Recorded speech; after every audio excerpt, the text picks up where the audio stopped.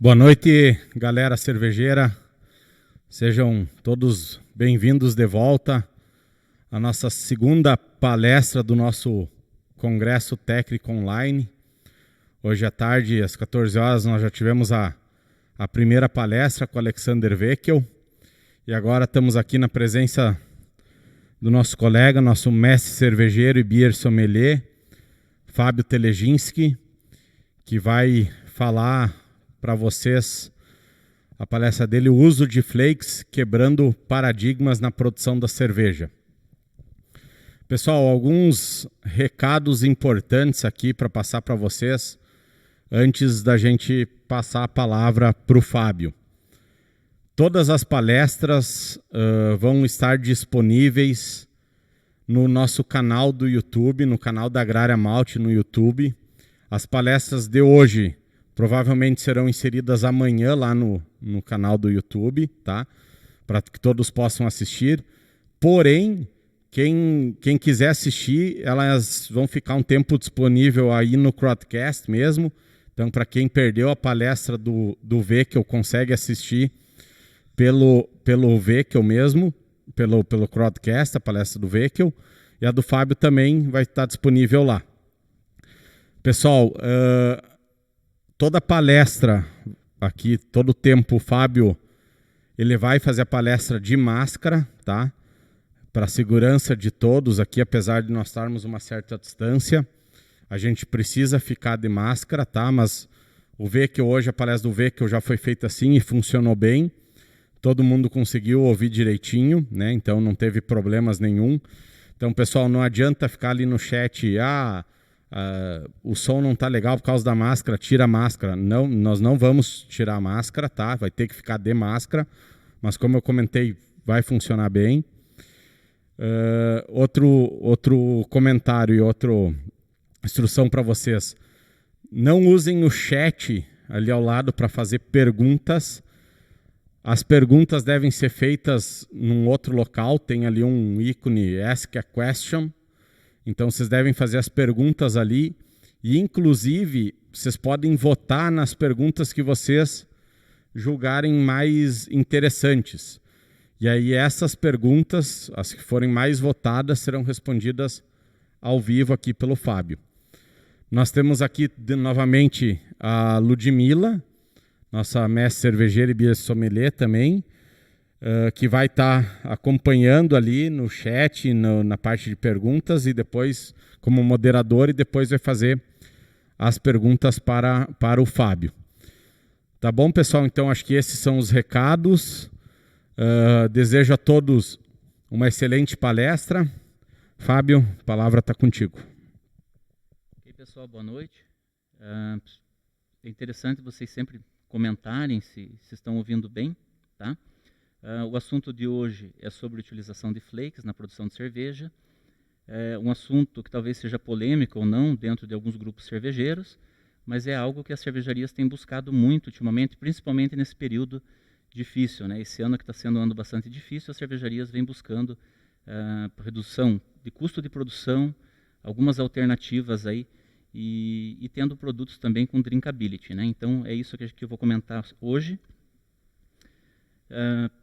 Bom, a cerveja nos últimos anos, aí, nos últimos 100, 200 anos, ela tem sofrido pressão, né? Então, questão de custo de produção, isso, as indústrias hoje trabalham muito em cima desse ponto, né? Então, a ideia é sempre você buscar otimizar o teu processo, buscar alternativas para matérias-primas, né? Então, esse é um assunto bastante comentado no momento, né? Mas assim, não é agora, isso já vem de anos, né? Esse trabalho dentro das indústrias.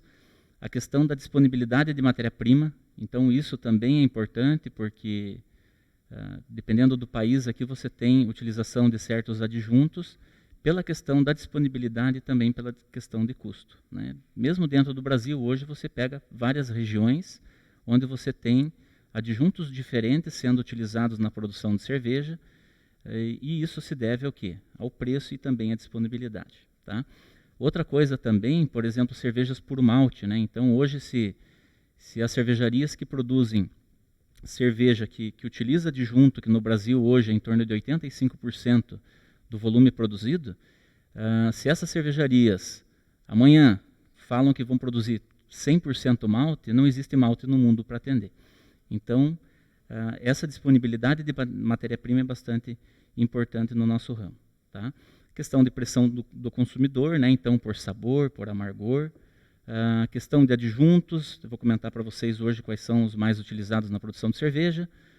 E, lógico, qualidade e drinkability do produto. Né? Então, essas são as mudanças aí e exigências do consumidor. Bom, o que é a matéria-prima? Né? A matéria-prima, vamos dizer, o que são os adjuntos? Os adjuntos, ela vai ser o quê? Uma matéria-prima que substitui, né, o malte, e a função dela é reduzir custo de produção, mantendo o padrão de qualidade da cerveja. Tá? Então, você consegue fazer ótima cerveja utilizando adjunto também. Né? Bom, a utilização está baseada em quê? Disponibilidade, né, menor preço, tá, comparado com malte, ou até entre os adjuntos também, então você tem diferença de preços, né? E a questão também da produtividade durante o processo. Então, esse produto que nós vamos comentar hoje, que seria, vamos dizer assim, que é o Flakes, ele tem já, ele é um produto mais tecnológico e ele tem certas vantagens em cima de outros adjuntos. Então, você tem melhora na parte de produtividade com custo menor também. Não só na compra desse produto, mas também na questão de utilização durante o processo. Né? Você tem um custo menor utilizando ele. Aqui tem alguns cereais que são os mais utilizados aí. Então nós temos aí trigo, cevada, centeio, arroz, milho, aveia, mileto. Né? Então esses são os produtos que são utilizados no momento, né, como fonte de carboidrato. Né? Então se a gente pega ali tanto trigo, cevada e centeio, quem olha no campo ele é um produto muito similar. Né? Então a gente vê até algumas, às vezes a reportagem de cervejaria, algumas coisas falando sobre plantio de cevada, e você vai olhar e normalmente é trigo. Então isso acontece bastante. Então ele acaba sendo bastante similar. Né? Aqui eu tenho algumas fotos para frente ali que eu vou mostrar para vocês.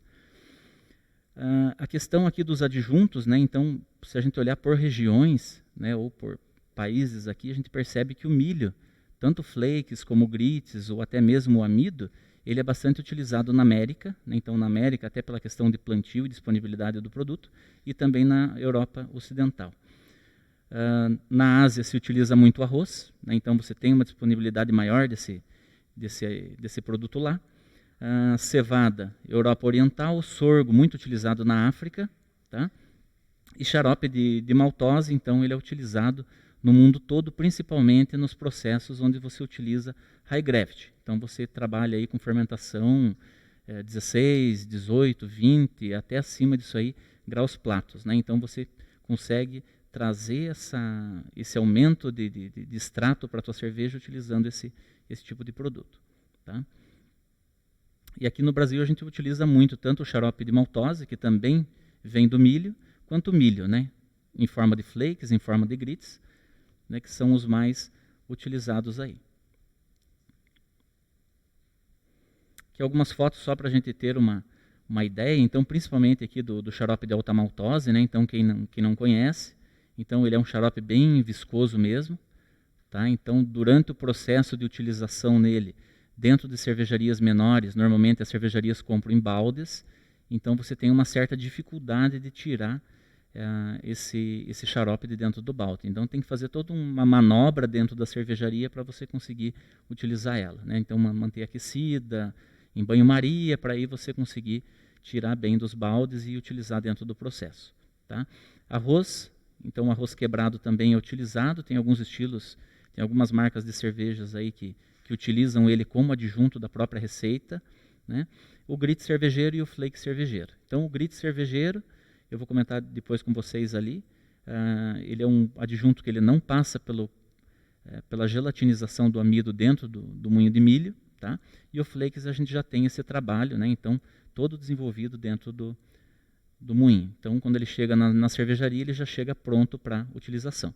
Aqui a gente percebe que na foto do flakes de milho, do lado esquerdo eu tenho flakes ainda sem moer, e do lado direito o produto já moído, né? Então aqui a gente já tem ganhos também na questão de solubilização dentro da mostura e também na questão de armazenagem. Você consegue armazenar um volume maior com o produto moído, tá? Aqui a gente tem então alguns outros adjuntos, a cevada. Então a cevada também é utilizada, aveia, trigo, sorgo, painço, mandioca, batata. Algumas pessoas vão dizer, pô, mas vou usar mandioca, vou usar batata. Hoje, no momento, tem cervejarias que utilizam esse produto como fonte de carboidrato também, tá? Lembrando, questão de disponibilidade e também de custo. Só que, lógico, hoje você pega, por exemplo, mandioca e batata, ela tem entre 60% e 70% de água. Então você tem que ter uma dosagem um pouco maior, tá? Comparado com os outros adjuntos aí que estão na casa de 10%, 12%, 13% de umidade, tá? A cevada também é um ponto importante para ser observado. Por quê? Porque ela possui aí, assim, a quantidade de beta-glucanos. Então ele tem todo um trabalho dentro da cervejaria que você tem que desenvolver em cima desse produto para você utilizar como adjunto. Ele não é um produto simples de ser utilizado, como, por exemplo, o milho, né? Então, quando você utiliza tanto grits quanto flakes, você tem um trabalho bem facilitado dentro da cervejaria, tá?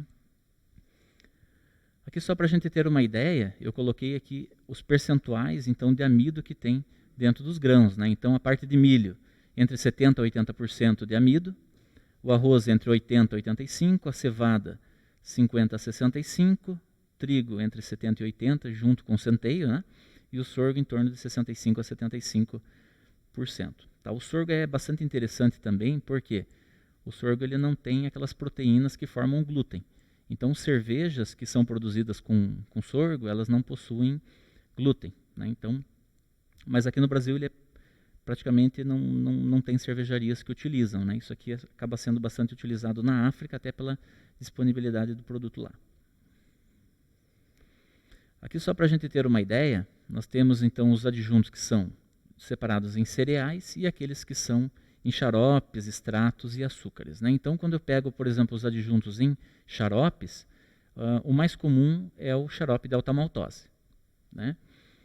Açúcar cristal também pode ser utilizado e extratos de cereais em geral, né? Então, tem empresas hoje no Brasil que produzem extratos de malte. Então, tem extratos que são puros, né? Então, por exemplo, estou produzindo uma cerveja puro malte e quero aumentar o meu extrato para, sei lá, para 30 graus Platos. Então, você pode utilizar esse extrato de malte para aumentar. Nesse caso aqui, eu estou falando de extrato de cereais. Então, você tem mistura muitas vezes de malte com outros tipos de grãos. Então, por exemplo, eu posso utilizar cevada, eu posso utilizar milho também na produção desse tipo de extrato, tá?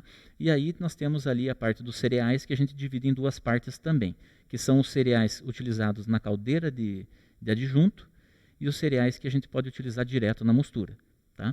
Bom, qual que é a diferença principal disso aí?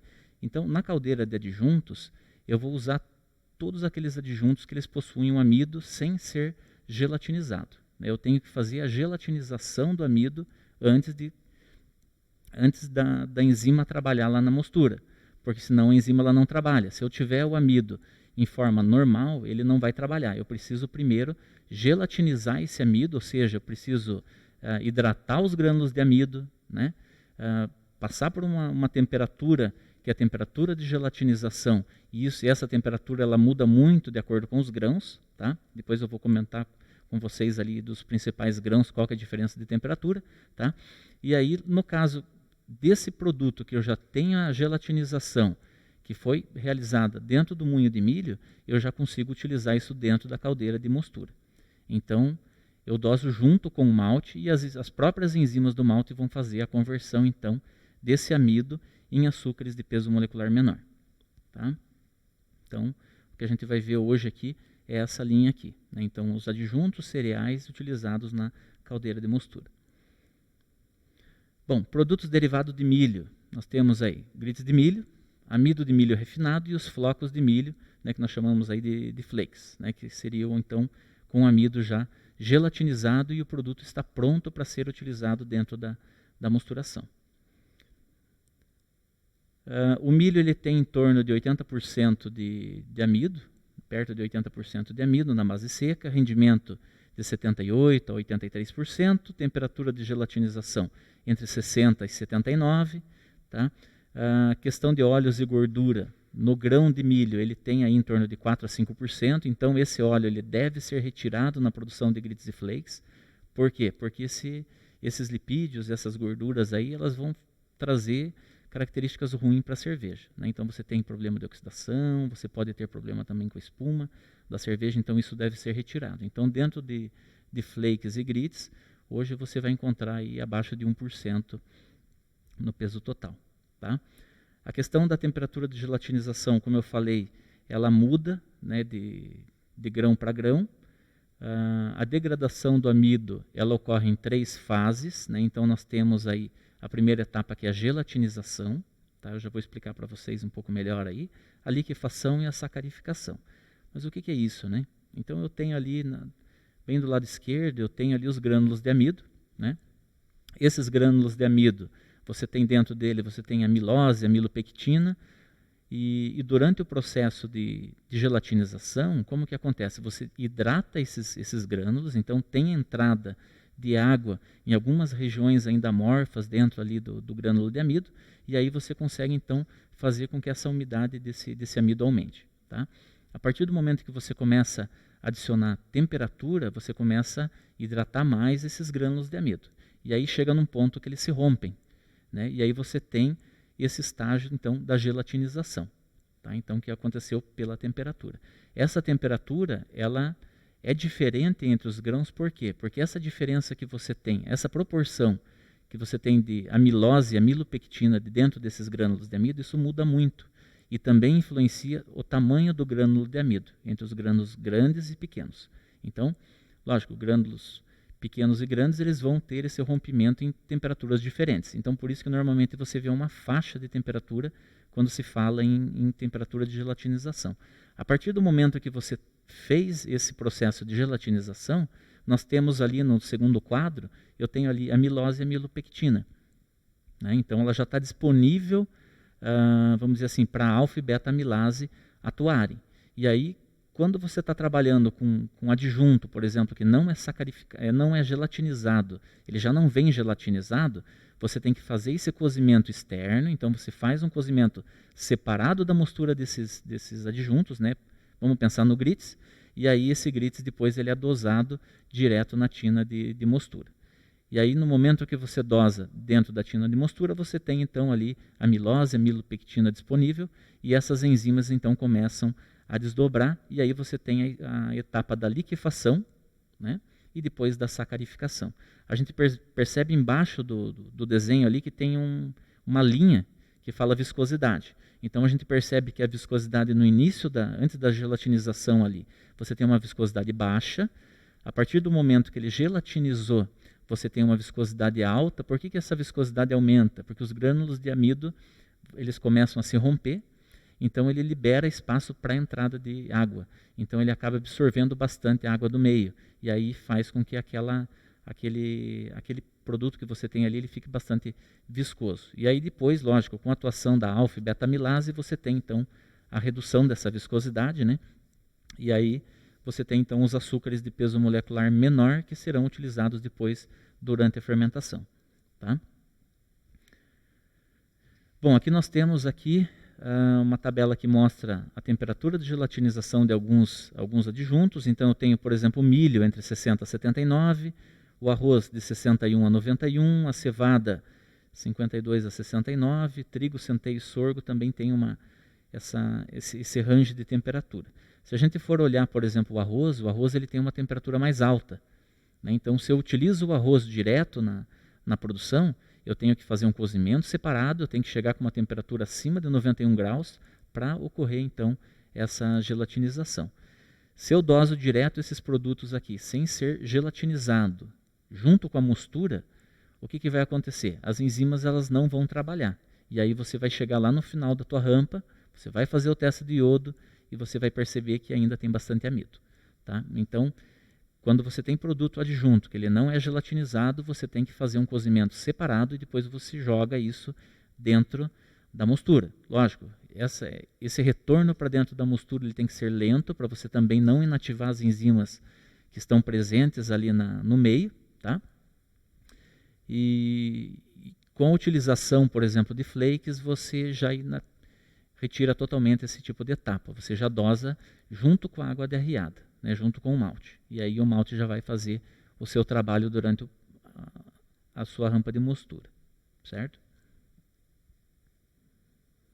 Aqui, lembrando também, né, pessoal, que eu coloquei embaixo aqui, a alfa-milase, ela vai atuar entre 72 e 75 e a beta-milase entre 62 a 65. Então é por isso que é interessante essa gelatinização de produtos que não são, vamos dizer, que não é o flakes, você tem que fazer esse cozimento separado, porque senão essas enzimas elas não vão atuar, né, nessas temperaturas de gelatinização que são sempre superiores ao trabalho tanto da alfa e beta-milase. Né? Então, se eu pegar, por exemplo, um grits de milho, que ele tem ali a temperatura de gelatinização em torno de 79 graus de temperatura, o que vai acontecer? Se você dosar junto com o malte, ele vai passar todo o processo e você não vai ter a conversão, porque a enzima ela não consegue atuar em cima do grânulo de amido que não foi gelatinizado. Tá? Bom, isso aqui é um resuminho do que eu já falei. Então, cereais não maltados, a condição dele, caldeira de adjunto, tem que fazer o cozimento. O malte ele é utilizado como fonte de enzimas. Né? Nós temos também a utilização de preparados de enzimas comerciais. Então, você pode utilizar lá tanto alfa quanto beta-milase ou até alguma beta-glucanase também que ajudam nessa parte de transformação, né, desses produtos. Então, você consegue utilizar essas enzimas para trabalhar em cima do amido. Xarope de alta maltose, que normalmente é utilizado tanto na fervura quanto na etapa de resfriamento do mosto. Né? Então, nesse ponto aqui, a high maltose você tem essa facilidade, porque ele é um produto já convertido, então você pode dosar lá na frente. Né? E o flakes, então, que você utiliza dentro da mostura em conjunto com o malte. Né? Então, um produto também que tem uma tecnologia, uma grande tecnologia aí por trás, e a questão de utilização dele é bastante fácil, né? E o resultado na cerveja também. Aqui só vou comentar alguma coisa sobre a produção do flakes. Né? Então, nós temos uma indústria de milho aqui em Guarapuava, que é da Agrária. Né? Então, isso aqui teve início da produção em 2016, que foi a sua inauguração. Né? A gente teve um ano atrás aí já a produção dentro do moinho de milho, mas ainda não havia sido inaugurado. Esse moinho, hoje, ele processa em torno de 500 toneladas de milho, né, por dia, então, por ano, aí, em torno de 180 mil toneladas. A maior parte desse volume é voltado para o público cervejeiro. Né? Então, cervejas que são produzidas com adjunto, tem várias aí que utilizam esses produtos da Agrária, né, tanto o grits quanto o flakes. E aí a gente entra na parte do milho. Né? Então, como eu vou produzir flakes de milho ou grits de milho, então a gente utiliza milho. Esse milho ele tem que ser GMO free. Né? Então, eu não posso ter um milho, por exemplo, com milho transgênico. Né? Isso também é um diferencial hoje na produção. Ninguém quer colocar na garrafa o T lá de transgênico.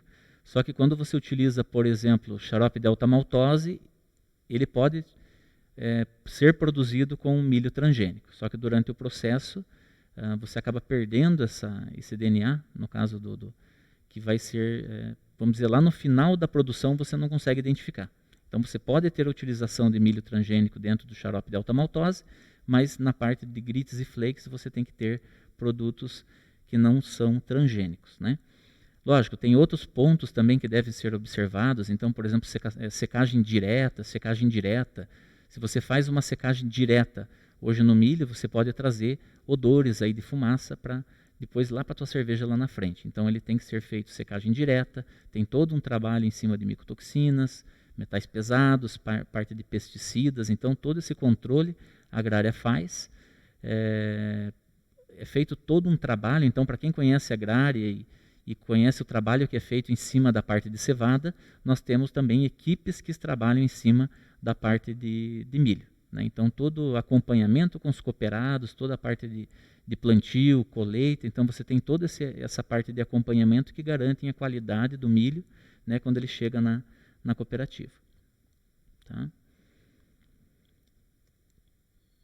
Questão da composição química do milho, né? Então nós temos aqui de 70% a 80% do endosperma, né? Então é isso que interessa para nós, né? É a fonte de amido. Germe, o embrião ali em torno de 8% a 12%, pericarpo 3% a 5%. Tá?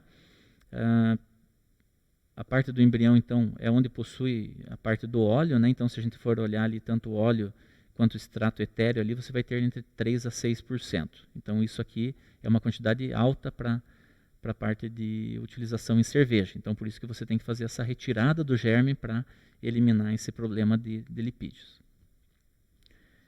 Às vezes a gente conversa com cervejeiros mais antigos, o pessoal tem, às vezes, um pouco de medo de utilização de grits e flakes, porque muito antigamente você tinha um processamento desse milho que ele não era como é feito hoje. Então você tinha níveis de gordura e de óleo um pouco mais alto do que você tem hoje. Né? Então já se teve muito problema no passado. Hoje em dia isso aqui já foi resolvido. Né? Aqui tem uma figura também dos tipos de milho. Né? Então se a gente olhar aqui, por exemplo, aqui, milho duro, tá? Milho pipoca, farináceo, dentado. Né? Na verdade, assim, se eu utilizo, por exemplo, um milho farináceo, eu vou ter uma dificuldade muito grande na produção de grits e flakes, porque eu preciso ter, o grits eu tenho que ter uma certa granulometria, né? E para a produção do flakes também. Se eu utilizo esse milho mais farináceo, eu vou ter uma formação muito grande de finos. Né? Então, hoje a gente utiliza tanto o milho duro, né, quanto o semiduro, ou dentado também, ele pode ser chamado, que ele tem essa zona aqui um pouco mais dura.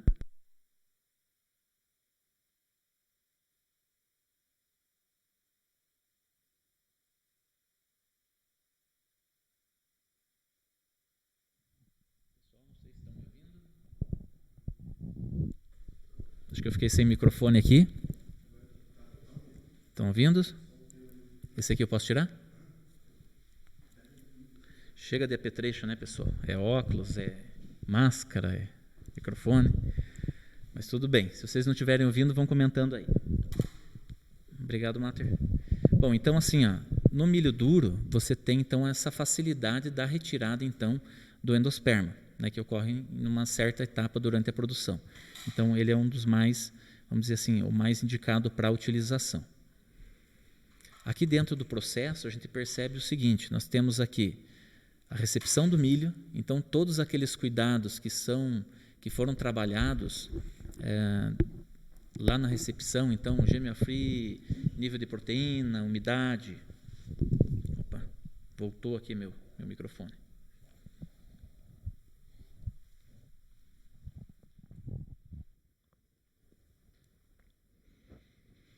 Estão ouvindo, pessoal? Sim? Então vamos lá. Então essa parte da recepção eu já comentei, parte de limpeza, então é feito toda a separação, às vezes de grãos que chegam junto com milho, algum tipo de impureza, então você faz toda essa retirada com alguns equipamentos, depois eu vou mostrar algumas fotos ali. Degerminação, então esse milho ele passa por um condicionamento onde você umedece esse milho para retirada desse germe, então você facilita a retirada do germe, né, porque ele é feito através do atrito, então questão de força física, aí você retira esse germe então ele segue para um outro processo aí de secagem e depois ele é utilizado tanto em ração animal ou até mesmo extração de óleo. Né? Então você encontra aí o óleo de milho. Esse endosperma ele segue o fluxo e aí nós temos aí classificação A e B, que seria, por exemplo, os bancos de moagem, né? Os bancos de moinho que fazem a parte de moagem, e classificação A e B não é com relação à qualidade, é com relação à granulometria. Então eu tenho, por exemplo, classificação A, eu mando para a canjica, eu chamo já de canjica, essa canjica eu posso trabalhar na produção de farinhas, que segue esse fluxo aqui do lado esquerdo, né? E eu tenho então, quando ele passa aqui outro tipo de moagem, classificação B, eu tenho então a produção ou de creme, de fubá, de grits, ou então eles continuam o fluxo, né? Eu passo por um processo então de cozimento e flocagem, onde vai acontecer a questão da gelatinização do amido, e aí depois da flocagem eu tenho então esses flakes prontos aí para para comercialização. Aqui na gralha a gente faz a moagem, então depois disso aqui ele passa no moinho martelo, onde você consegue diminuir a granulometria. Então você faz com que esse produto, quando adicionado dentro da mostura, você tenha aí uma área de contato maior, então você consegue solubilizar mais rápido esse produto na água, e também tem a questão da armazenagem. Então, quando você vai colocar em silos, ele mais moído, você consegue ter um ganho de espaço também. Tá? Aqui uma foto lá da indústria de milho, da parte de recebimento. A parte de limpeza do milho, ele começa com ímãs, tem algumas máquinas ali de limpeza, vibroblock, saca-pedras, então são equipamentos à base de peneiras, e também eles têm normalmente contrafluxo de ar. Então você faz toda a retirada de finos e algumas sujidades que você recebeu junto aí do que veio do campo. Né? Então ele passa nesses equipamentos aí, e você tem o produto limpo, né? O milho limpo que vai ser armazenado. Bom, na questão da degerminação do milho, né, então ele passa pela etapa de condicionamento. Nessa etapa, nós temos aqui o incremento então de umidade. Ele vai entrar, por exemplo, essa umidade principalmente nessa parte aqui, que é a parte do germe. Então a água entra pela ponta, umedece o germe, e é esse germe que vai ser retirado na próxima etapa. Né?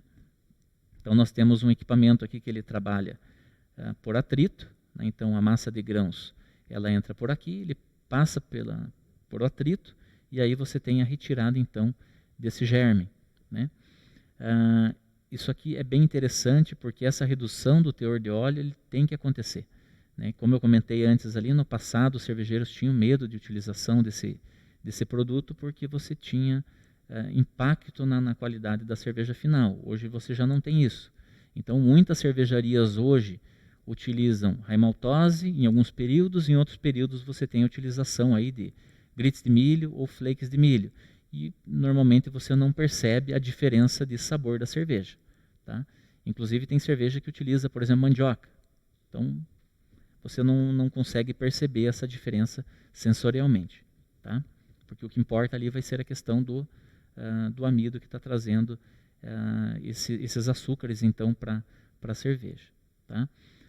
Essa parte da degerminação, então, você tem a parte do condicionamento, ou seja, esse aumento de umidade, né, através das roscas de nebulização. Aqui não dá para ver muito bem. Aí você tem um pré-silo. Desse pré-silo, então, ele entra nesse equipamento aqui, e aqui você tem a retirada, então, da canjica. Né? Lógico, tem todo um contrafluxo de ar aqui que vai retirando também essa parte dos finos. Né? Aqui é um processo bem por cima, pessoal, tá? Não estou entrando aqui porque eu quero mostrar para vocês uns resultados ali que a gente produziu aqui na cervejaria experimental. Então essa parte do processo aqui mais por cima mesmo, tá? Aqui só mostrando a moagem de novo. Então recebimento do milho, limpeza, degerminação, nós temos aqui a separação A e B, né? E aí eu tenho então a canjica, grits, fubá ou flakes, né? Moagem também mesmo procedimento que dentro de cervejarias, então todo aquele ajuste, controle de amperagem, distanciamento dos rolos, então tudo isso aqui também é trabalhado dentro dessa moagem do milho. Depois da moagem para a produção de flakes, ele vai passar pela flocagem, então você tem a canjica, ela é quebrada em pedaços menores durante a moagem, ele passa por um cozimento que chega a temperaturas aí acima de 90 graus, né, que você tem que gelatinizar o amido, então acima de 90 graus você já consegue fazer esse trabalho. Isso aí vai demorar em torno de 30 minutos, 40 minutos mais ou menos, e aí depois nessa etapa você passa pela flocagem, tá, que também é um moinho, né, moinho de rolo, e aí esse moinho de rolo também é aquecido, então ele ajuda também na gelatinização final do produto. Tá? Então aí nós temos aqui, dessa parte aqui da canjica, eu tenho esses flocos aqui que são produzidos a partir do laminador, e aí depois ele passa no moinho martelo, onde a gente tem esses flakes aqui moídos. Tá? Aqui também alguns produtos, né, que são derivados do milho. Então eu tenho a canjica, eu tenho o germe, que é retirado, que tem um extrato, um conteúdo de óleo bastante elevado aqui, né? Tenho canjiquinha, grits, sêmola, flakes moído, fubá e creme. Lógico, esses produtos aqui são comercializados para outros fins, né? O que é utilizado dentro de cervejaria é esse flakes aqui e o flakes moído. Tá? Bom, aí vocês comentam o seguinte, né? Tá, eu vou utilizar isso aqui e como que fica a drinkability da minha cerveja? Né? Como que fica a drinkability da minha cerveja? Eu coloquei até alguns slides aqui só para a gente falar sobre esse assunto, porque esse assunto é bastante polêmico, ele está bastante à tona também, e hoje tem uma confusão na questão do sentido da palavra drinkability. Então, hoje, quando você fala em drinkability, todo mundo pensa, não, é uma cerveja boa. Uma cerveja boa, não deixa de estar certo. Né? Não deixa de estar certo, ele tem que ser uma cerveja boa também. Mas ele vai muito além disso. Né? Ela seria o quê? Seria aquela cerveja, né? É a habilidade que você tem, é a habilidade que uma cerveja tem de ser bebida em grandes volumes. Tá? Então é aquela cerveja, um copo atrás do outro, é aquela vontade que você tem de continuar bebendo aquele produto, né? E resumindo, é aquela cerveja que acaba primeiro na festa. Então você vai lá, tem várias chopeiras e você percebe que sempre tem alguns estilos ou alguma cerveja ali que acaba primeiro. Então aquelas cervejas são consideradas, vamos dizer, como cervejas de alta drinkability. Tá? Lógico, em comparação, você tem outras cervejas também que você toma ali segundo copo e você não quer tomar o terceiro copo. Tá? Então você tem uma cerveja de baixa drinkability. Isso quer dizer que a cerveja é ruim? Não, não quer dizer. Às vezes o estilo da cerveja faz com que você não venha tomar o terceiro ou quarto copo. Né? Então, mais alcoólica, uma cerveja muito encorpada, muito doce, então faz com que tenha uma drinkability mais baixa, mas muitas vezes essa cerveja ela tem características, vamos dizer, excelentes para o estilo, né? Mas ela pode ter uma drinkability baixa. Bom, o que afeta, quais são os fatores que influenciam a drinkability? Né? Então a gente tem ali a parte dos efeitos sensoriais, né, onde a espuma da cerveja, aquele equilíbrio entre amargor e o doçor. Eu tenho uma cerveja filtrada, então se ela está bem filtrada, ela não está turva. Então, lógico, esses efeitos sensoriais, tanto de aroma, ele vai influenciar também na drinkability. Se eu tenho uma cerveja que ela está com problema, por exemplo, com clorofenol, você já não vai tomar tanto aquela cerveja. Então você já tem um impacto grande, né, e essa cerveja vai ter uma drinkability menor. Tá? Outro ponto também, efeitos cognitivos. Isso aqui é bastante interessante. Então, isso tem a ver muito com a crença do consumidor. Então, o consumidor ele tem, às vezes, uma marca lá que ele vai dizer assim, não, essa marca me dá dor de cabeça. Então, sempre que ele toma aquela cerveja, ele tem dor de cabeça. É isso aqui, a gente estava até comentando agora há pouco com um colega nosso aqui, e ele falou, não, tal cerveja me dá dor de cabeça. Só que se fizer um teste, por exemplo, e der uma cerveja para ele com outro nome, ele vai tomar e não vai ter problema. Ele diz que não, mas mas pode ter também. Então, assim, não só isso, né? Às vezes você pega uma cerveja, por exemplo, mais escura, você já vem dizer assim, não, essa cerveja ela é muito forte, ela é muito... já coloca essa cerveja como sendo mais alcoólica. E aí, muitas vezes, você acaba também bebendo menos. Né? Então, isso impacta também na questão da drinkability. Né? Efeitos pós-ingestão, então, também aquela sensação de saciedade, então, isso também impacta na drinkability e efeitos pós-absorção. Né? Então, por exemplo, tem grupos de pessoas que, muitas vezes, tomam cerveja, tem um pouco de intolerância, por exemplo, ao álcool, e aí, lógico, isso acaba impactando também na drinkability e essa pessoa acaba bebendo menos. Tá? Então, aí nós temos alguns pontos da drinkability. Aqui, bem interessante também, eu coloquei uma foto aqui, só para a gente imaginar. Né? Então, por exemplo, sei lá, estou na praia, à tarde, bem tranquilo, né? Vamos considerar que já passou a pandemia, né? E aí você está tomando uma cerveja. Então, imagina lá uma Pilsen, né, boa formação de espuma, cerveja excelente, temperatura ideal para aquele calor ali, bem equilibrado entre o doçor, o amargor da cerveja. Aquilo ali você pega, senta à tarde lá, você toma o dia todo. Então a gente quer dizer o quê? Você tem uma cerveja com alta drinkability, certo? Já nesse outro caso aqui, eu tenho, por exemplo, uma Barley Wine com 12% de álcool, também muito equilibrada, muito boa, assim, dentro do estilo, a cerveja excepcional. Mas ela tem uma drinkability baixa. Você não vai passar o dia todo tomando essa cerveja. Apesar que tem pessoas que tomam o dia todo, né? Mas assim, em geral, você vai tomar ali 2, 3 copos e aí você já não consegue tomar mais. Então, ela tem uma drinkability baixa. Então, drinkability vai ser o quê? Vai ser a quantidade que aquela cerveja é tomada, né, em volumes grandes. Então, eu posso ter uma cerveja muito boa e ter uma drinkability baixa. Tá? Então, falando sobre drinkability, né, a parte dos adjuntos, normalmente eles auxiliam. Né? Hoje, se você utilizar, por exemplo, flakes, você vai ter uma cerveja mais leve, e você tendo uma cerveja mais leve, ele tem impacto também na drinkability. Então, você consegue tomar essa cerveja em volumes maiores. Né? Aqui, nós fizemos alguns trabalhos aqui na Agrária. Né? Então, nós pegamos aqui no laboratório da Agrária, a gente fez alguns testes utilizando, deixa eu até passar para frente aqui, utilizando 15% de flakes, tá?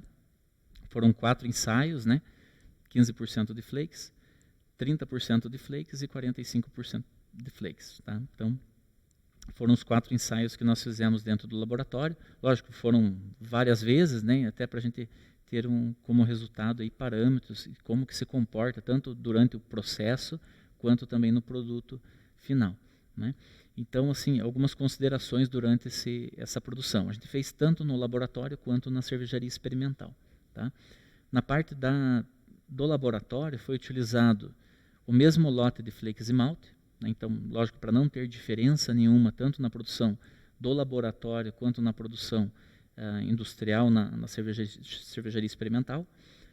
O flakes ele não foi moído, então como ele já vem pronto para utilização, então a gente não teve essa necessidade de passar ainda pelo moinho, né? Isso já facilita o processo, você já dosa direto.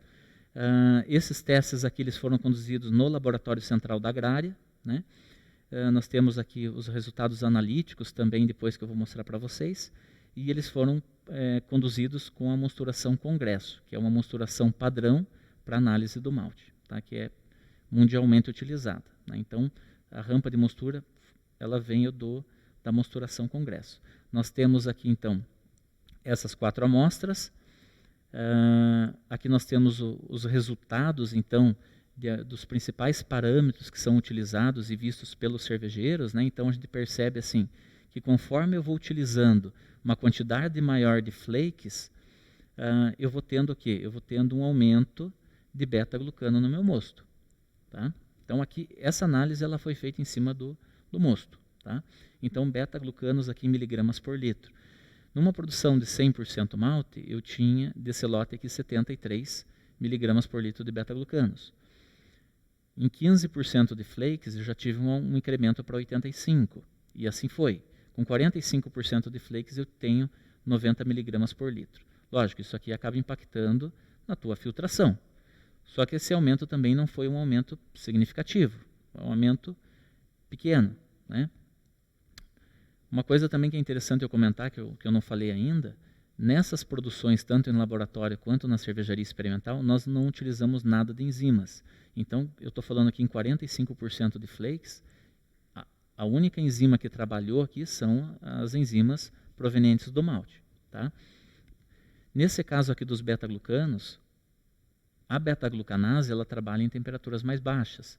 Então, se eu tenho uma quantidade ali de 55% do malte, 45% de flakes, eu tenho também uma quantidade menor de beta-glucanase. Então, essa beta-glucanase vai agir menos vamos dizer, nesse mosto, nesse período. Por quê? Porque a beta-glucanase ela atua numa certa temperatura. Depois que passa daquela temperatura, a beta-glucanase não vai atuar.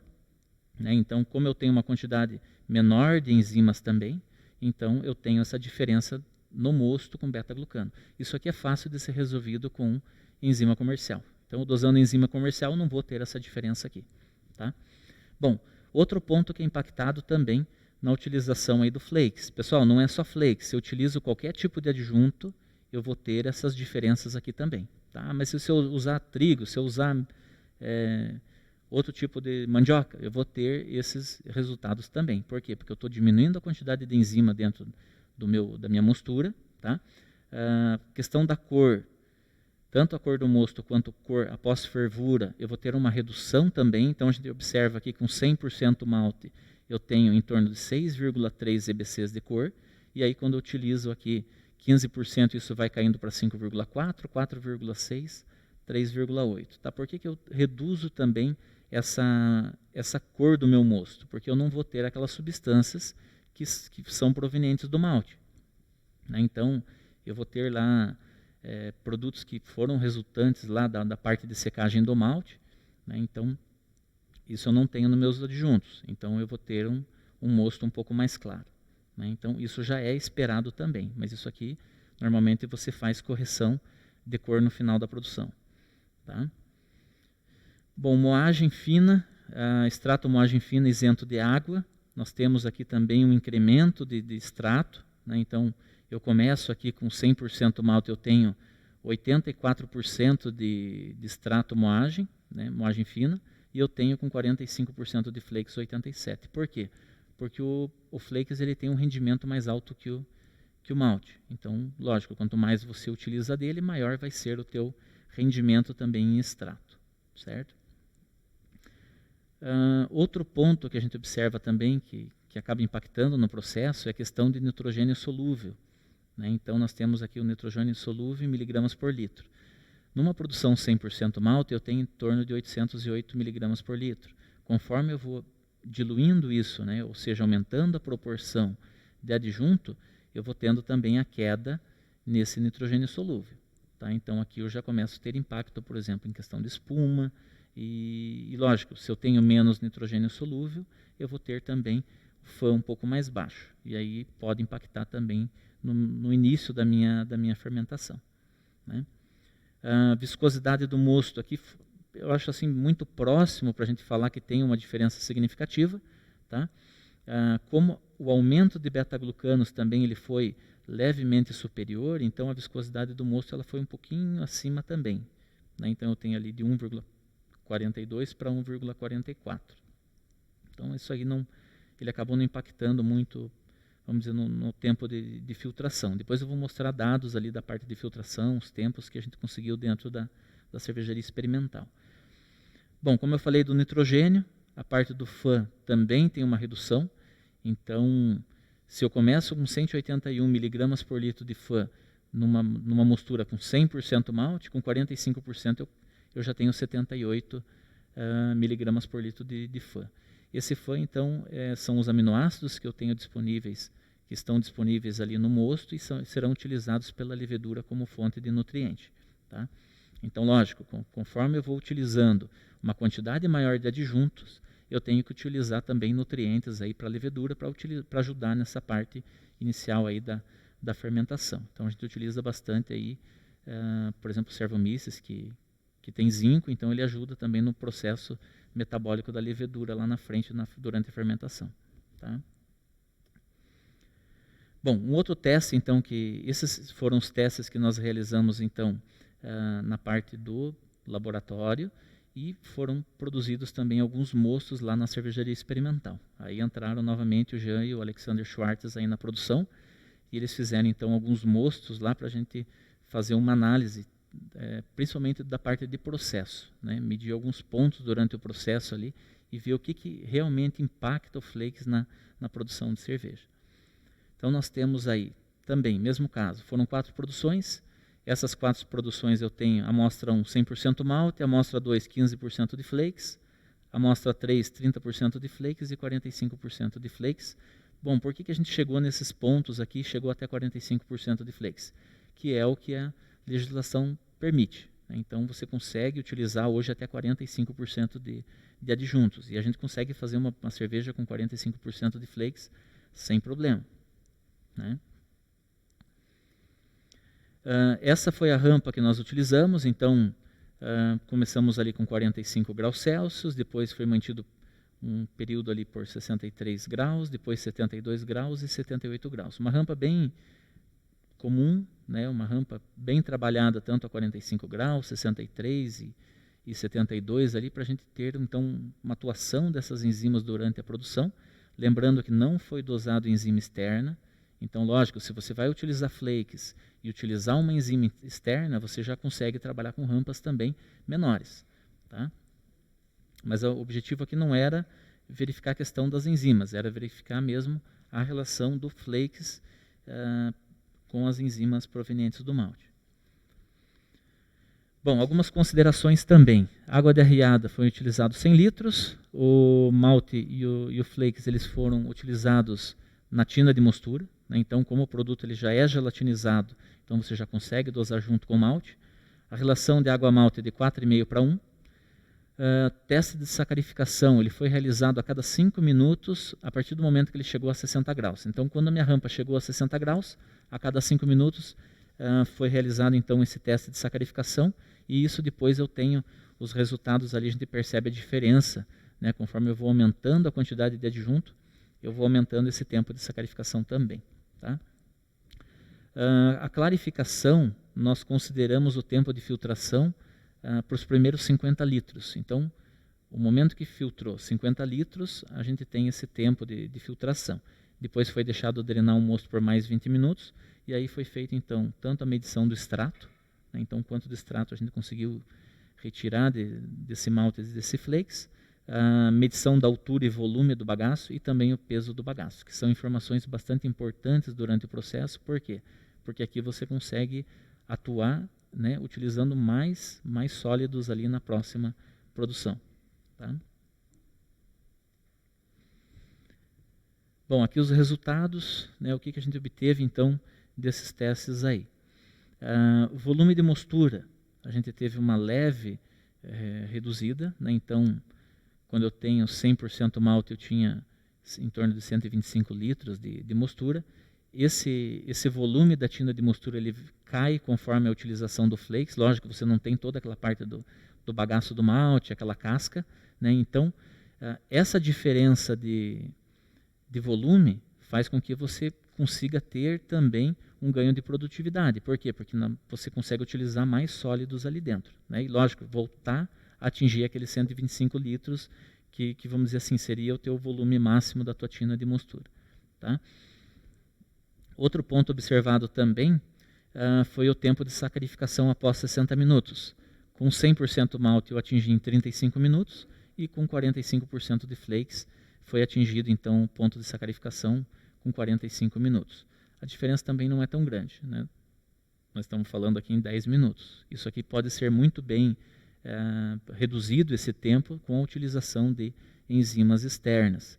É lógico que hoje dentro da produção de cerveja, a maior parte das cervejarias já utilizam enzimas comerciais. Por quê? Porque você consegue ter um rendimento muito maior e você consegue ter o teu resultado de produção num tempo mais curto. Então você consegue ter redução também de custo de produção nesse sentido. Tá? Então essa diferença de tempo de sacarificação, isso aqui acaba sendo eliminado com o uso externo de enzimas. Tá? Tempo de clarificação, então dos 50 minutos, a gente percebe que aqui também não teve muita diferença, né? Então nós estamos falando praticamente em 1 minuto, tanto de 100% malte para 45% de flakes. Então, aqueles 50 litros de volume de produção, eu tive 1 minuto a mais utilizando 45% de flakes. Tá? Então, impacto muito pequeno nessa parte da clarificação. Extrato original, aqui a gente teve um aumento também, então, conforme eu vou utilizando o flakes que tem um extrato um pouco mais alto do que o malte, então a gente já percebe também o resultado aqui que deu praticamente um plato, né, de diferença em 45% de flakes e 55% de malte. Outro ponto interessante também é a altura do bagaço drenado. Então a gente percebe que numa produção normal de 12 centímetros de altura, eu tenho aqui com flake 7 centímetros. Então toda aquela parte do bagaço você não tem, então você tem uma cama um pouco mais baixa. É lógico que aqui também depende muito da moagem, né? Se eu tenho uma moagem que não é bem feita, eu vou quebrar muito a casca do malte, aí eu vou sofrer nessa parte da clarificação, né? Então, isso também pode ser impactado. Né? Então, de 12 para 7 centímetros de altura, a gente está perdendo boa parte aí do nosso leito filtrante. Tá? E peso do bagaço drenado também a gente percebe uma diferença razoavelmente grande aqui, né, de 36 quilos de 100% malte para 29 quilos aí do produto, vamos dizer, com 45% de flakes, né? Bom, algumas observações então, né? Volume da mostura, então utilizando a quantidade máxima permitida pela legislação, 45%, a gente teve aí 7% de redução do volume de mostura. Então, esse 7% você consegue entrar com mais carga sólida e você consegue ter um rendimento maior lá na frente, ou seja, você consegue produzir mais, né? Temperatura e tempo de sacarificação, então era o que a gente já esperava, ele ia ter um pequeno prolongamento, né? Mas isso aqui ele pode ser trabalhado com a questão de enzima comercial, tá? Tempos de clarificação do mosto, então não teve diferença, né? Acho que era 1 minuto de diferença, mas isso também não foi considerado, né? Rendimento de extrato, então a gente percebe aqui que quando eu utilizo 45% de flakes e 55% de malte, eu tive um rendimento em torno de 7,2% a mais, né? Então tem um rendimento um pouco mais alto. O volume e peso do bagaço drenado, a gente percebeu ali que a redução prática encontrada é de 40%. Então, assim, é uma diferença bem grande, né? A questão também que está voltado nessa questão do volume do bagaço que você tem é a questão do impacto ambiental. Você tem menos bagaço gerado, então menor impacto ambiental, né? Alguns pontos positivos, né? Então, menor carga de sólidos na tina de mostura e clarificação, possibilidade de aumento de produtividade utilizando a carga total da tina, empregos de enzimas, eu vou ter maior rendimento. Então, assim, se já é utilizado numa produção 100% malte, que já tem uma quantidade maior de enzimas, se você utilizar com adjuntos, você vai ter um resultado também melhor, né? Não teve impacto no tempo de clarificação, o produto final utilizando 15% de flakes sensorialmente muito semelhante à cerveja puro malte, com o mesmo extrato inicial. Então aqui você não consegue perceber diferença. Tem alguns estudos que demonstram aí até 25% você ainda não consegue perceber a utilização de adjuntos, né? Até 30% de flakes a gente considera assim que você não precisa adicionar nenhum tipo de enzima exógena também. Lógico, hoje em dia todo mundo está vendo questão de rendimento e custo, então normalmente você utiliza isso para reduzir tanto o tempo de produção quanto também resultado em rendimento, né? Fácil manuseio, sem necessidade de moagem. Um outro ponto também, comparado, por exemplo, com a raimaltose, que é bastante utilizada, você não tem que ter aquele custo para quem compra, por exemplo, a raimaltose granel. Você tem que manter essa raimaltose numa temperatura que ela tenha uma viscosidade mais baixa. Porque senão, se você deixa numa temperatura ambiente, por exemplo, vamos pegar uma região de Guarapuava aí que chega a temperatura e é abaixo de 0, se você não mantém isso aquecido, o que vai acontecer? Vai virar uma bala ali dentro e você não consegue tirar para usar no processo. Então isso acaba sendo um problema dentro da cerveja. Se você usa, da cervejaria, né? Se você usa uma temperatura muito alta também, você acaba trazendo cor e você tem um impacto também negativo dentro do resultado final da tua cerveja. Então, esse problema, por exemplo, com flakes, você não vai ter, né?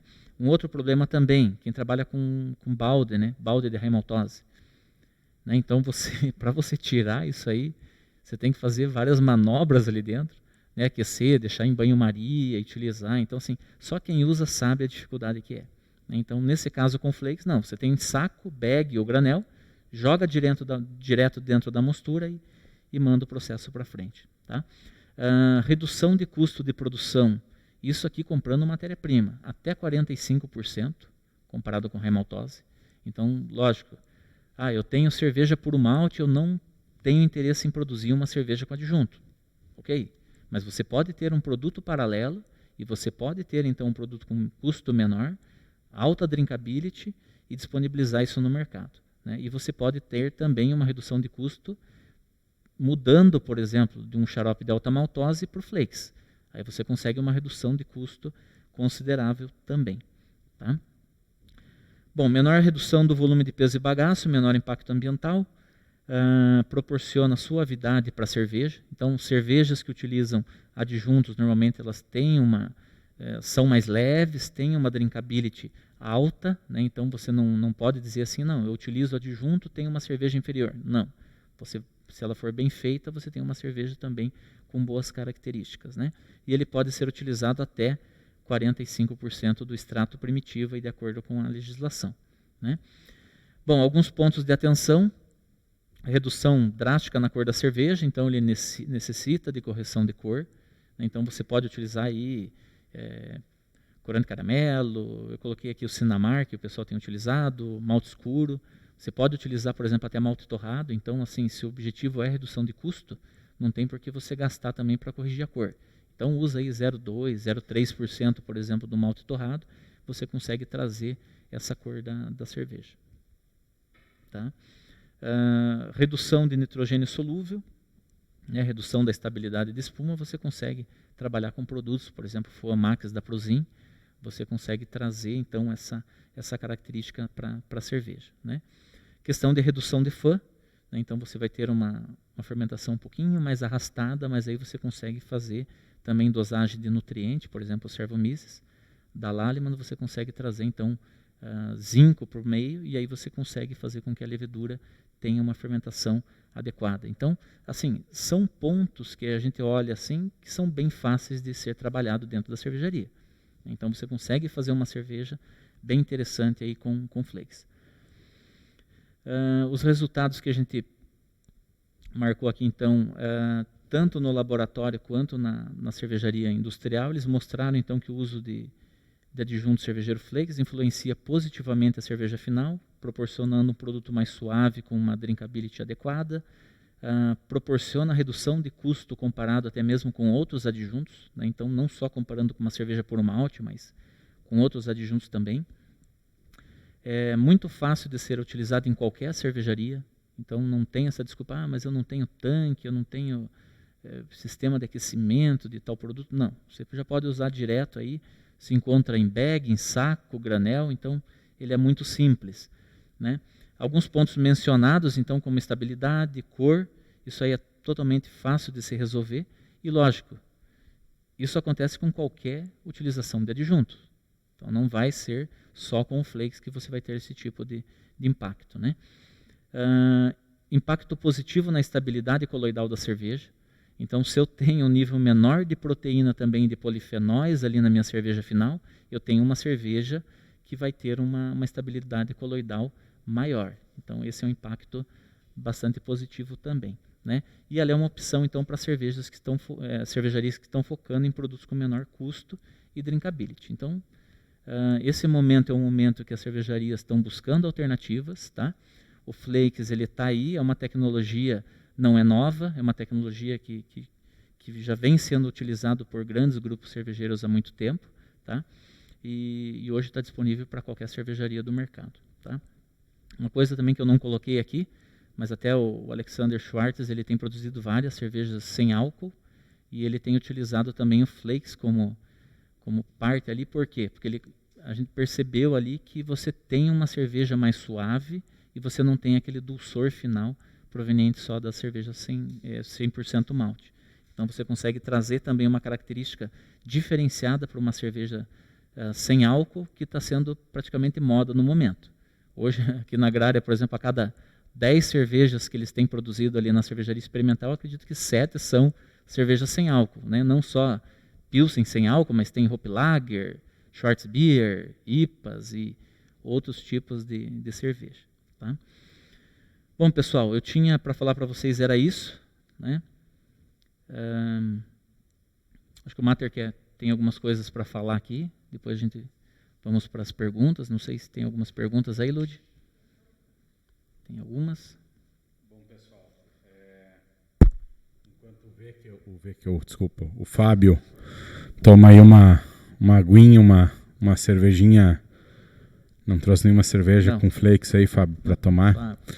Uma aguinha aí, e a Lud prepara as perguntas ali, ver quais foram as perguntas mais votadas para passar para o Fábio. Eu queria reforçar para vocês, não sei se quem assistiu na palestra de hoje à tarde, mas queria mostrar para vocês que a Agrária, junto com o Colégio Imperatriz, está preparando um curso técnico cervejeiro para 2021.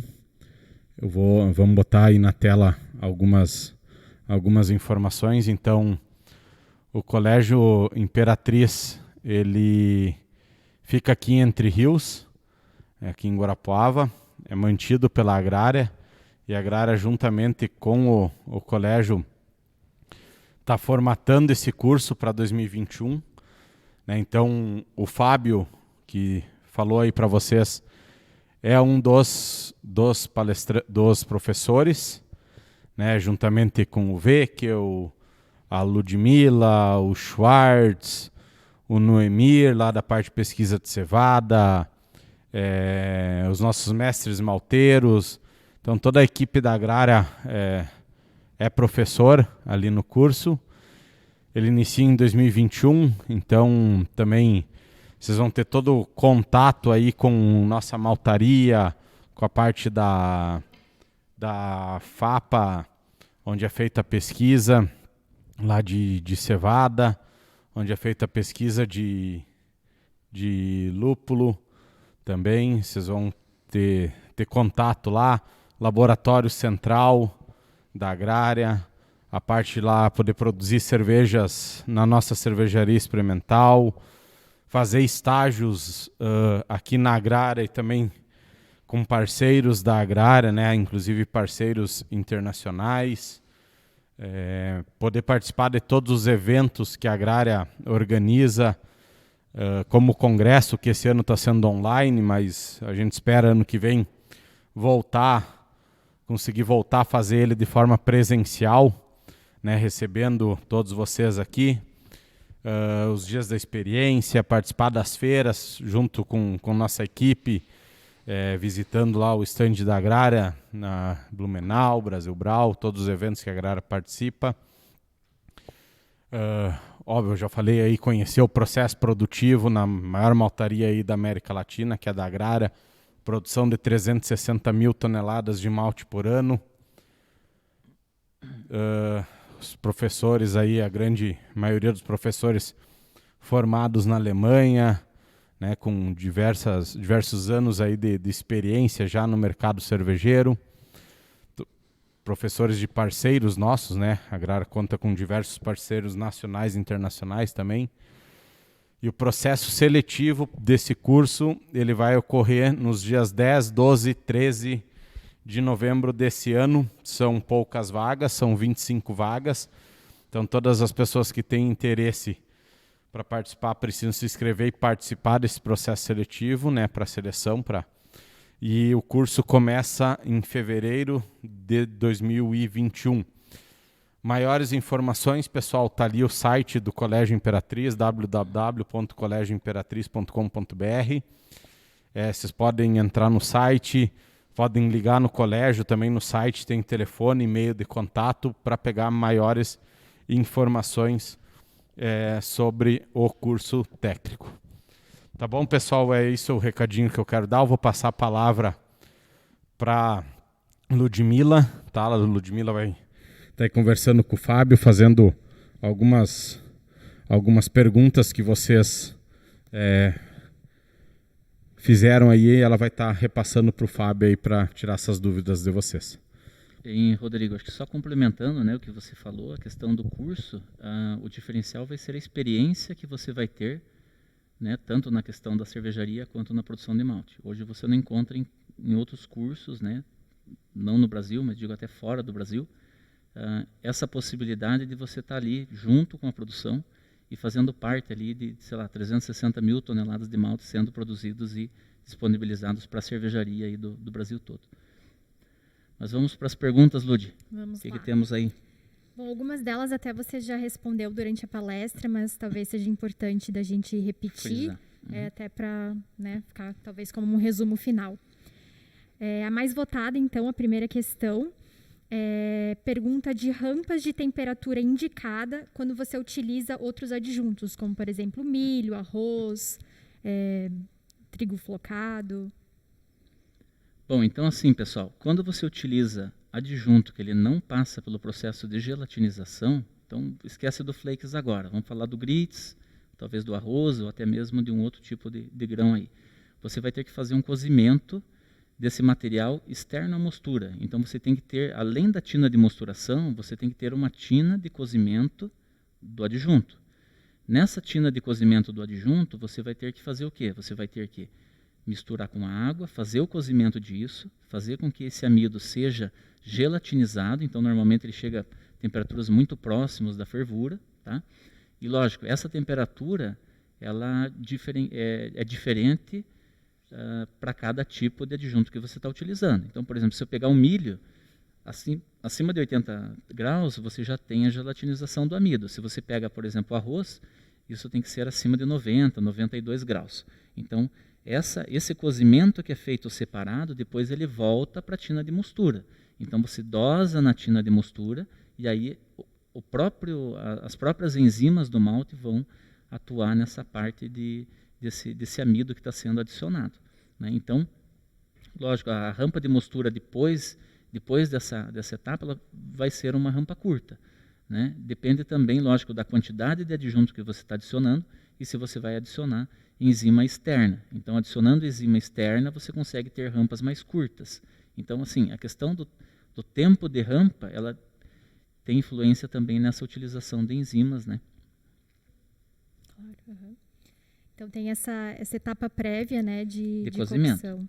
No caso do flakes, não. No caso do flakes, você já dosa direto na tina de mostura junto com o malte, e aí as próprias enzimas do malte já vão trabalhar em cima desse amido que já está gelatinizado. Então, aí que está o pulo do gato, né? Você já tem um produto pronto para ser utilizado. Muito mais simples, não tem gasto energético para fazer todo esse cozimento externo, né?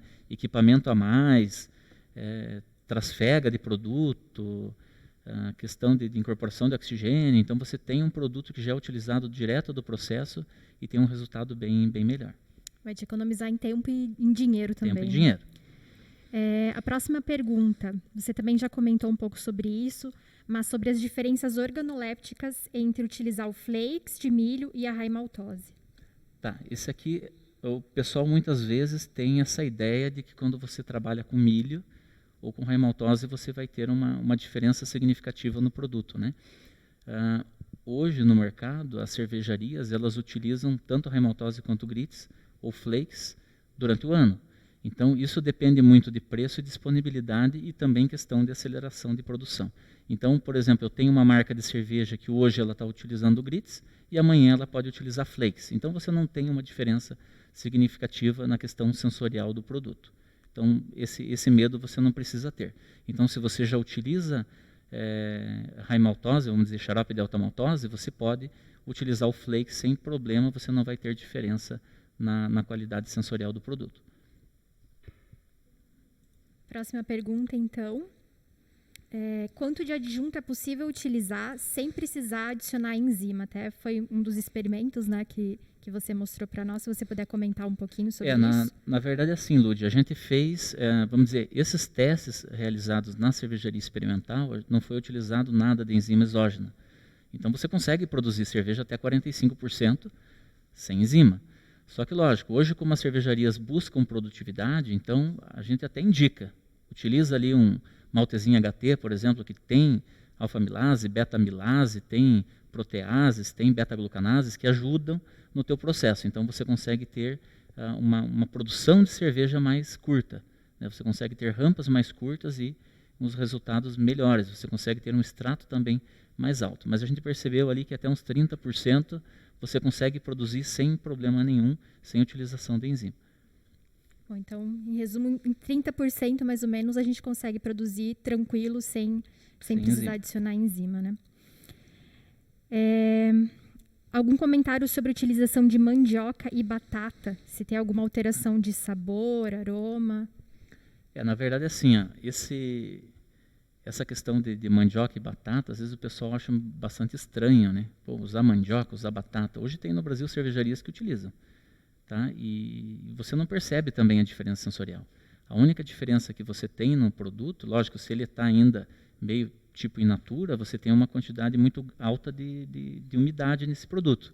Então você pega, por exemplo, mandioca e batata, ele tem em torno de 60%, 70% de água. Então você tem esse ponto a ser considerado durante o processo de produção. Mas pode ser utilizado também. Eu sugiro flakes, né, que ele é mais fácil de utilizar. Imagine descascar ali 1 tonelada de mandioca. Então, melhor dependendo da quantidade que você vai produzir, vai ser melhor você utilizar já um produto pronto, né? E o custo, né? Imagine claro. você comprar 1 tonelada de mandioca. Com certeza vai ser mais caro. A outra pergunta é sobre a utilização de outros produtos do milho, flocão, flocos de milho. Então, assim, o único diferencial que você vai ter desses produtos é se ele já é gelatinizado ou não. Se ele não for gelatinizado, caldeira de adjunto. Se ele é gelatinizado, você já usa direto no processo de mostura. Então, essa vai ser o diferencial, mas você pode usar qualquer tipo de produto, lembrando que o interessante é ser produto cervejeiro. Eu não posso comprar um milho qualquer no mercado, aí moer e utilizar dentro do processo. Eu vou ter, lembra daquela questão do germe, dos lipídios, dos óleos? Então, você tem que ter produto cervejeiro, para você não ter problema de rancificação disso aí e depois impacto negativo na cerveja. Tá? Com relação ao uso de fubá, semolina, esses produtos também? Poderia utilizar também. Mas, assim, não lembro de ter visto alguma cervejaria utilizando. Normalmente é utilizado flakes, né? Flakes e grits. Relação entre DMS e a utilização de adjuntos com milho. Tá, isso aí tem alguns estudos também que mostram que você tem uma quantidade também de DMS conforme você vai utilizando adjunto. Mas isso aí, por exemplo, passou do processo de fervura, você acaba eliminando. Então, assim, você não vai ter problema com DMS, né, utilizando adjunto ou não. Se for então, feita lógico, uma fervura adequada, uma fervura bem feita, uma fervura que você consiga eliminar, então você acaba extraindo, sem considerar que no malte você acaba tendo uma quantidade um pouco maior. Né? Você pode comentar um pouquinho sobre economia em recursos financeiros quando se utiliza um adjunto? Tá, isso aí, então, assim, esse 45% que eu comentei ali de redução, eu utilizando já, por exemplo, adjunto, eu utilizando um xarope de alta maltose, e eu começo a utilizar flakes, eu já tenho uma redução de 45%. Né? Então, assim, se eu tenho uma produção 100% malte e quero ter um produto a mais dentro da minha cervejaria, né, com um pouco mais leve, uma cerveja com uma característica mais suave, com preço menor, com custo menor, você vai ter uma diferença bem maior ainda, né? Porque o malte ele acaba sendo um pouco mais caro também do que a raiz maltose. Lógico que esse 45% depende muito também do volume que você está comprando, né? Isso aqui eu liguei para algumas cervejarias aí, perguntei qual que era o valor do xarope de alta maltose, a gente fez uma comparação com o flakes que é vendido aqui na Agrária, e aí a gente percebeu aí que chega até 45%, que é um valor significativo, né? Um percentual significativo para quem está buscando redução de custo.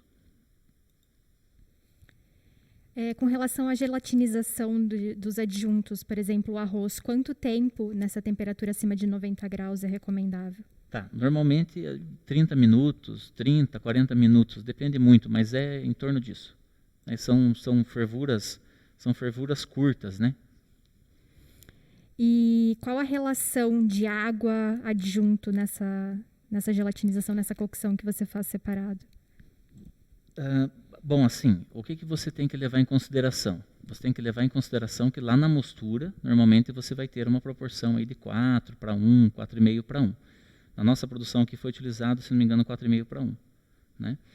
E até porque dependendo do adjunto, ele também tem então, necessidade de mais dependendo do adjunto, de água, né? então, como eu comentei antes ali, durante o processo de gelatinização, o que é gelatinização?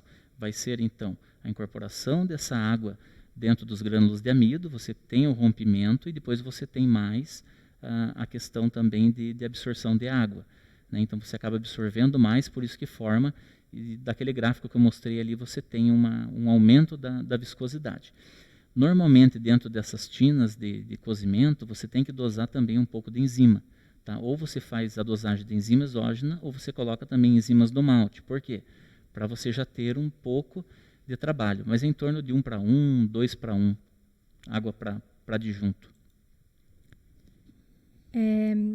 Com essas correções que são necessárias, às vezes utilização de enzimas, estabilizante de espuma, correção de cor, isso não anula o benefício econômico de utilizar um adjunto?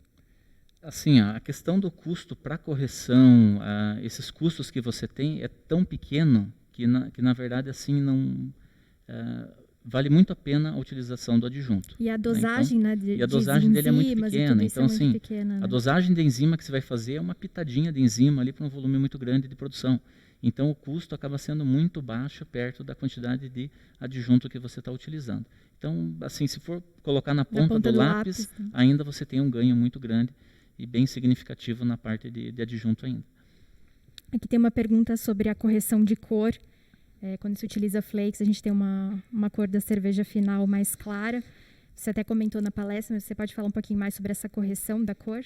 Tá, então assim, hoje o que o pessoal tem utilizado para correção de cor? Nós estamos falando em 85% hoje das cervejas produzidas no Brasil, elas são cervejas que utilizam adjunto, e elas podem chegar até 45% de adjunto na composição ali da receita. Então, essas cervejas elas têm que ser trabalhadas na cor depois, porque senão ela fica bastante clara. Então, assim, ou você utiliza corante caramelo, ou você pode utilizar, por exemplo, Sinamar, que é um extrato de malte torrado. Você pode utilizar alguns outros tipos de maltes também, lógico. Aí você tem que colocar na ponta do lápis e verificar, porque não adianta você colocar uma quantidade muito grande de adjunto e depois utilizar, por exemplo, uma grande quantidade de malte também especial para trazer cor.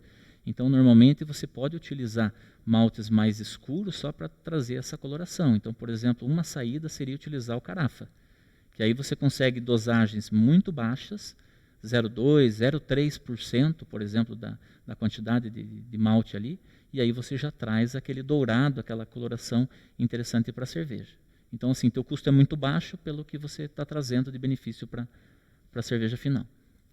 Aqui mais uma pergunta, acho que até você já respondeu, mas a redução de custo estimado nesse experimento, quando a gente comparou a receita 100% malte pilsen e utilizando 30% de flocos, de flakes? Na verdade, eu fiz a comparação entre os adjuntos, mas da receita eu não cheguei a fazer o cálculo da diferença. Isso aí a gente pode depois mandar para essa pessoa, né? Dá para ser mandado depois.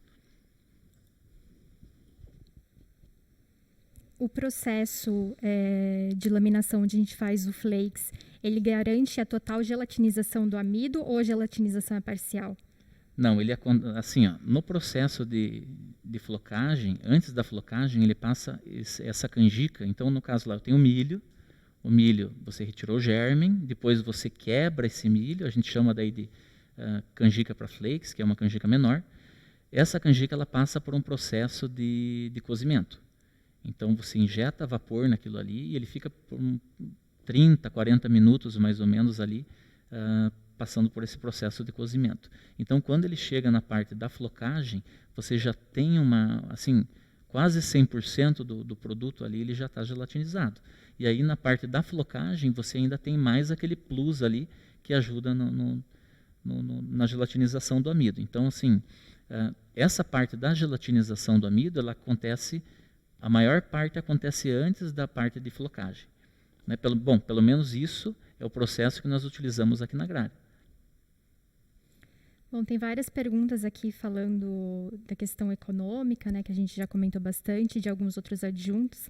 Então, essas depois o Fábio pode estar respondendo depois da palestra, mas acho que as principais perguntas a gente já conseguiu responder aqui. Muito obrigada, Fábio. Vou passar aqui para o Mater.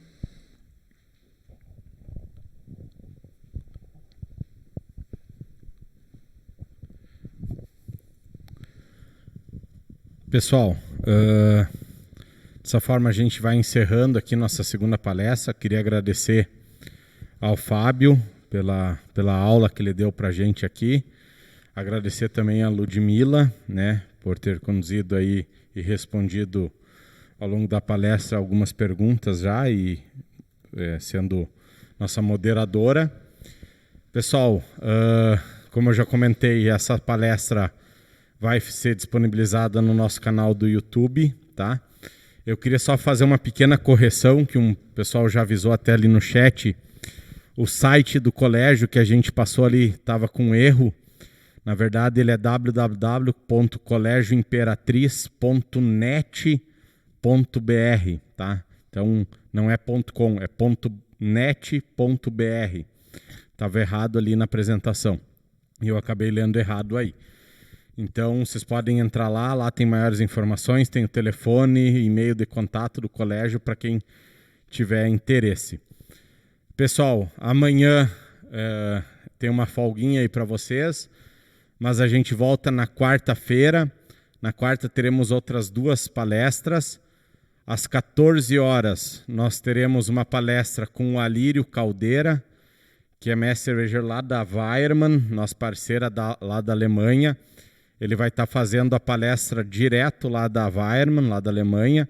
A palestra, ele fala português, então quem aí não precisa se preocupar com relação ao inglês ou alemão, né? Então a palestra será em português.